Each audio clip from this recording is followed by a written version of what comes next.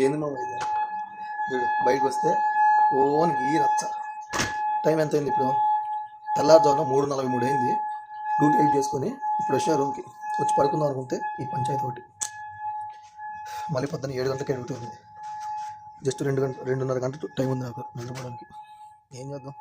ఇంకేదైతే అదైందని చెప్పి పోయి పడుకున్నామమ్మ. పడుకుంటానే ఈ సైరన్లు మోగేది అట్లా మానిస్తే ఈ కువైట్ వాళ్ళు కొత్త అప్లికేషన్ ఒకటి అయితే కనిపెట్టారు. బాంబులు ఎప్పుడైతే మన సరౌండింగ్లోకి వస్తాయో అప్పుడు ఫోన్లకే డైరెక్ట్ మనకు మెసేజ్ వచ్చేట్టుగా పెట్టినారు. ఇంకా దాని నుంచి అయితే మరీ టార్చర్ మామ. రోజుకు 4-5 సార్లు ఆ బాంబులు పడుతున్నాయో లేదో తెలియదు కానీ రోజు 12 అయితే చాలు స్టార్ట్ చేస్తున్నాడు. 12 అయితే అని ఒకటే మోత. ఇక మా రూమ్ లో మేము ఇంతమంది ఉన్నాం కదా, అందరి ఫోన్లు ఒకటేసారి మోగుతున్నాయి మామ. చూడండి అన్ని. ఏంది మామ ఇది పంచాయతీ?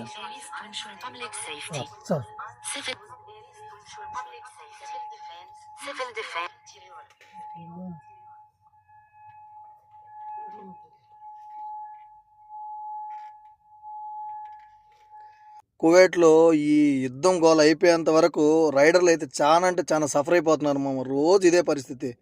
డ్యూటీలేమో ఎక్కువ చేసుకుని రూమ్కి వచ్చి పడుకుందాం ప్రశాంతంగా అనుకునేటప్పటికి ఈ విధంగా చేసేస్తున్నాడు. 12 అయితే చాలు ఒకటే మోత స్టార్ట్ చేస్తున్నాడు. దీపావళి ఏం చేస్తాం? జై హింద్.